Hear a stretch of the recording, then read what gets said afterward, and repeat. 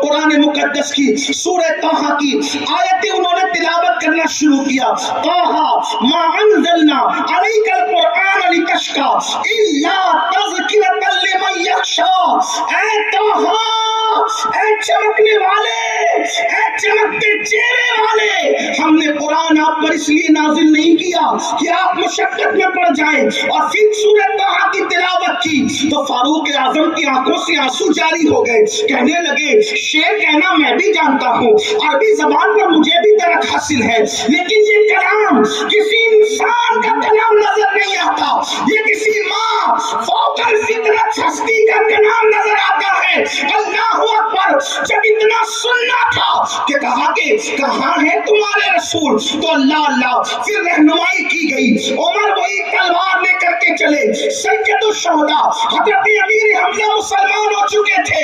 کہا کہ عمر آ رہے ہیں، تلوار لے کر آ رہے ہیں. حضرت امیر حمزہ نے تلوار نکالی. فرمایا اگر عمر کا ارادہ خیر ہے تو خیر ہی ہے، اور کچھ اور ارادہ ہے تو اللہ نے ہم ہاشمیوں کو بھی جرات اور شجاعت بخشی ہے. حضور نے مسکرا کے فرمایا عمر کوئی غلط ارادے سے نہیں آ رہے ہیں. اور اس کے بعد پھر میرے آقا کی بارگاہ میں آئے، کلمہ پڑھ کے مسلمان ہو گئے.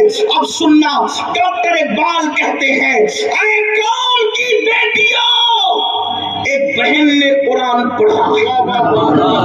اقبال پڑھو. اے قوم کی بیٹیوں، ایک بہن نے قرآن پڑھا تو اسلام کو عمر جیسی شخصیت مل گئی.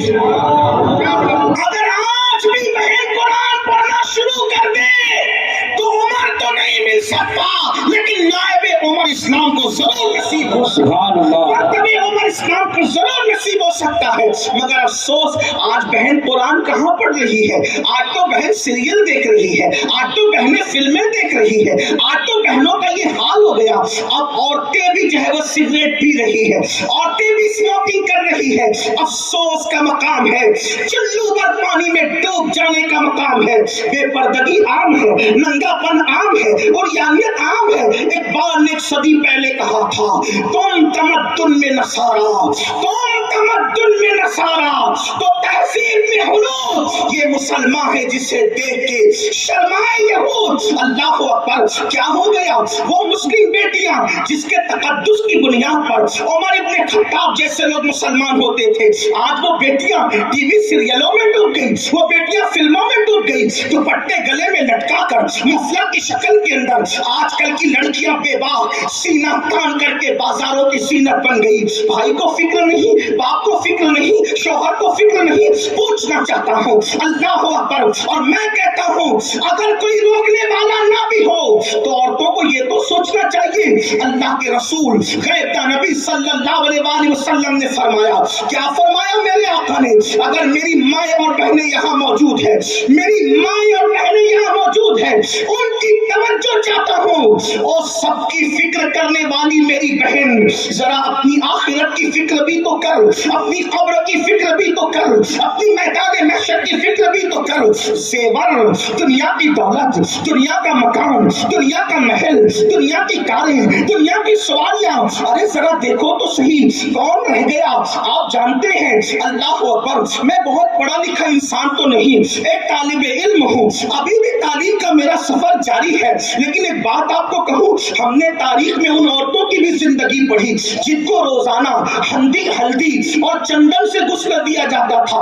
اٹھا کر کے دیکھ لو بادشاہوں کی رانیوں کی تاریخ. یہی گجرات ہے تمہارا گجرات. یہاں کے گجرات کی رانیاں وہ کسی محفل میں جاتی تھی تو ان کو بالوں بال موتی پروئے جاتے تھے، ان کے پاس سینکڑوں کنیزیں تھی. اللہ اکبر. لیکن میں سوال کرنا چاہتا ہوں، جن کے بالوں بال موتی پروئے جاتے تھے، سچے موتی، آج وہ موتی تو تمہیں دیکھنا بھی نصیب نہیں ہے، تم تو دیکھ بھی نہیں سکتے وہ موتی.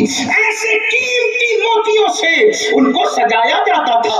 जब वो चलती थी तो उनके दुपट्टे उठा करके दर्जनों कनीजें चलती थी। जब वो घघरा पहनती थी तो उनके घघरे को, उनके जो नीचे के लिबास को मिट्टी न लग जाए उसको उठाकर चलने वाली कनीजें अलग होती थी। वो कहीं बैठती थी तो पंखा चलने वाली कनीजें अलग होती थी। जब वो रोटी आती थी सामने तो टुकड़ा करने वाली कनीज अलग होती थी, हाथ में उठा के देने वाली कनीज अलग होती थी। मगर सुन लो, इतनी ऐश में जिंदगी गुजारने वाली औरतें जब मौत के मुंह में गई तो मौत के मुंह में जाने के बाद उनकी कब्रों का निशान मिट गया। ढूंढो उनकी कब्रों का निशान। लेकिन ये बात मैं फख्र के साथ कहता हूँ, जिन्होंने हल्दी चंदन से गुस्ल किया, बालों बाल मोती पिरोए गए, रोटी के टुकड़े तोड़ करके उनके हाथों से मुंह तक पहुंचाए गए। हाँ हाँ, जब वो जाती थी किसी महफिल में तो हजारों कनीजों के जमघटे में उनके लिए हजारों शम्में रोशन की जाती थी, महफिलों की रोशनी हुआ करती थी। मगर आज उनकी कब्रों का निशान भी तुम्हें नहीं मिलेगा।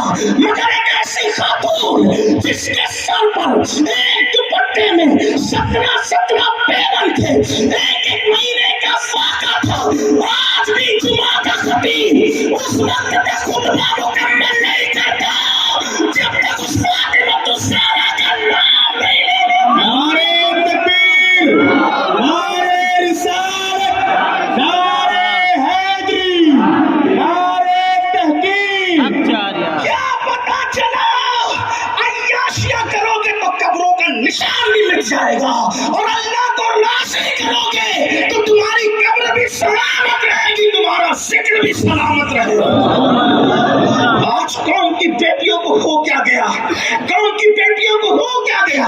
एक दिन वो आएगा, ऐ मेरी कौम की बेटियों, जब जिस्म का रिश्ता रूह से टूट जाएगा, अकेले तुम्हारी कब्र में तुम्हें दफन किया जाएगा। आज दुपट्टों को मफलर बनाया, बारीक पतले लिबास फैशन बन गए। आओ आपको बताऊं, अल्लाह अकबर, मेरे आका सल्लल्लाहु अलैहि वसल्लम की कनीजों से मैं पूछना चाहता हूँ, ईमान कहाँ गया, गैरत कहाँ गई। आइए, एक बड़ा खूबसूरत वाकया याद आया मेरे आका की मदद से। क्या वाकया है, एक खातून है, एक सहाबिया है, उनको मिर्गी का मर्ज है। मिर्गी को आप क्या क्या कहेंगे, मिर्गी का मर्ज। जो मिर्गी जानते हैं वो जानते, जो नहीं जानते उनको बताऊं, अल्लाह किसी को ये मर्ज न दे। जब मिर्गी आती है ना, मिर्गी, तो आदमी जहां होगा वही तड़प कर बेहोश होकर जमीन पे गिर पड़ता, हाथ पैर टेढ़े होते हैं, मुंह से फेंस निकलता है, बड़ी अजीब कैफियत, उसको अपने आप का होश नहीं रहता। एक सहाबिया को मिर्गी का मर्ज बारगाह रिसालत में आई, आका मुझे मिर्गी का मर्ज, मेरी बीमारी दूर कर दे। अल्लाह के रसूल ने फरमाया, बीमारी इंसान को जन्नत में ले जाती है। अल्लाह ने बीमारी दी है, अगर तुम सब्र करोगी जन्नत पे जाओगी। उन्होंने अर्ज़ किया था, मैं बीमारी इसलिए से बीमारी से शिफा नहीं मांग रही हूँ, मेरी बहनों की तवज्जो, मैं बीमारी से इसलिए शिफा नहीं मांग रही हूँ कि मुझे तकलीफ उठाना नहीं, मैं तो अल्लाह की रजा में राजी हूँ। फिर क्यों शिफा चाहती हो? कहा हुजूर, जब मैं बीमार पड़ती हूँ मिर्गी में, मुझे होश नहीं रहता तो मेरा दुपट्टा गिर जाता होगा, बेपर्दगी होती होगी, जहां मर्दों की नजर नहीं पड़ना चाहिए वहां मर्दों की नजर पड़ती होगी।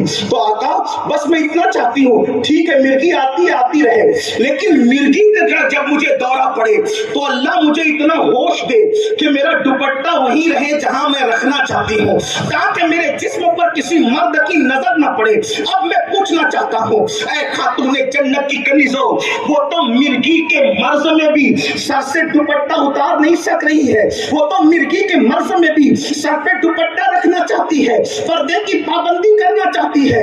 कौम की बेटियों को क्या हुआ?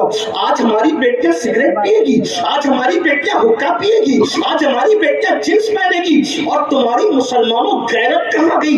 मुसलमान होने का तो लिहाज करो, कलमा पढ़ने का तो लिहाज करो। अल्लाह अल्लाह अकबर, सालन में नमक ज्यादा होने पर जब बीवी को 4 मुक्के मार सकते हो तो बेपर्दगी की बुनियाद पे उन पे सख्ती नहीं कर सकते, वरना दज्जूसों में नाम लिख दिया जाएगा, दज्जूसों में नाम लिख दिया जाएगा।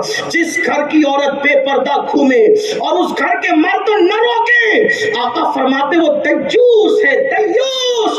अल्लाह ने उस पर जन्नत की खुशबू हराम की है, अल्लाह ने उसकी दुआ कबूल करता है, न उसकी नमाजें कबूल करता है, न उसका हज कबूल होता है, न उसके उम्रा कबूल होते हैं। पूछना ये चाहता हूँ, अल्लाह को अकबर, कल तक मुसलमान बेटियों के बारे में कितने बागैरत थे। पड़ोस में बेटी पलती थी, पड़ोसी को नहीं मालूम होता था कि बेटी जवान हो गई या बच्ची है। और आज हमारी बच्चियों का क्या हाल, मैं ये नहीं कहता हर घर का ये हाल है, ये नहीं कहता, लेकिन कितना दूर जाओगे इस्लाम से। आज कहते हो बेटियां गैरों के साथ भाग रही है, मैं कहता हूं कि आज से 50 साल पहले भी ऐसे ही था। जब तक हमारी बेटियां पर्दे की पाबंद थी, कभी किसी ने लेकर भागने की जुर्रत नहीं की, इसलिए कि जब किसी ने देखा ही नहीं तो फिर लेकर के जाने का सवाल कैसे पैदा होता है। अल्लाह अकबर, आज तो देवर के साथ हंसी मजाक है, आज तो बहनोई के साथ हंसी मजाक है।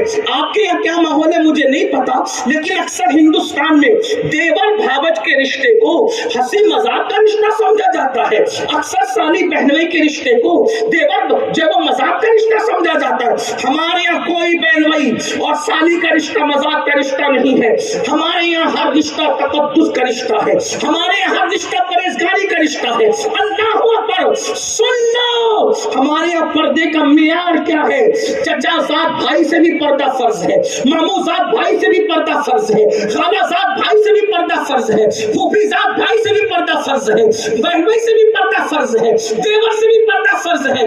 इतना पर्दा तो जरूर करना होगा, कम से कम कुरान ने जितने पर्दे की तालीम दी है। आपसे पूछना चाहता हूँ, कहाँ गया वो जज्बा, कहाँ गई वो फिक्र। और जब याद रखना पर्दे की छुट्टी होगी तो फिर खून के आंसू रोना पड़ेगा। और अगर हिंदुस्तान में रहते हो, मैं तो हिंदुस्तान के हर भारतीय से कहना चाहता हूँ, अगर आपको पर्दे से कोई तकलीफ है तो आप अपने मजहब की तालीम ही देख लो। ईसाई हजरत मरियम का पर्दा देख लो, ईसाई चले सैयदा फातिमा को नहीं मानते, हजरत मरियम को तो मानते हैं ना। मरियम का पर्दा देख लें, हजरत मरियम को 2 मर्दों के सिवा किसी तीसरे मर्द ने नहीं देखा। एक हजरत जकरिया जो उनके खालू थे, एक हजरत यहया जो उनके भांजे थे। भांजे और खालू के सिवा 2 मर्दों के सिवा, ये मैं बहुत एहतियात के साथ पेश कर रहा हूं, नहीं देखा। आपसे पूछता हूं, ईसाई देखे ना, हजरत मरियम को देखे। अगर हिंदुस्तान के हिंदू देखना चाहते हैं तो सीता का पर्दा देखें, सीता के पर्दे पे तवज्जो करें, वो भी पर्दे में रहने वाली औरत। और मैं तो ये कहता हूँ हर मजहब में किसी न किसी एतबार से पर्दा मौजूद है। ये किस्सा कहाँ तक सच है मुझे नहीं पता, लेकिन हमने अपने बड़ों से सुना कि जब सीता की तलाश में राम निकले और निकलने के बाद अपने छोटे भाई को लेकर के जब सीता तलाश करने के लिए निकले, कान की बालियां मिली, सीता के जो देवर थे वो पहचान न सके बालियां किसकी है, हार मिला पहचान न सके। फिर आखिर मैं ये किस्सा कह रहा हूँ, कहाँ तक कहने वालों ने इंसाफ किया है, मैं इस पर कोई बात नहीं कर रहा हूँ, लेकिन बात आई है तो कर रहा हूँ। लेकिन लिखने वालों ने लिखा जब सीता का पाजेब मिला तो राम के भाई ने कहा भैया देखो ये भाभी का पाजेब है। उनसे पूछा गया कान की बालियां तुमने नहीं पहचानी, हाथ तुमने नहीं पहचाना, पाजेब तुमने कैसे पहचाना? तो राम के भाई कहते हैं भैया मैंने भाभी के पैरों के सिवा उनके जिस्म का कोई हिस्सा नहीं देखा, इसलिए मुझे पता नहीं कि वो कैसा जेवर पहनती थी। ये हमारे हिंदुस्तान की दास्तान है। मतलब हर मजहब में पर्दा है।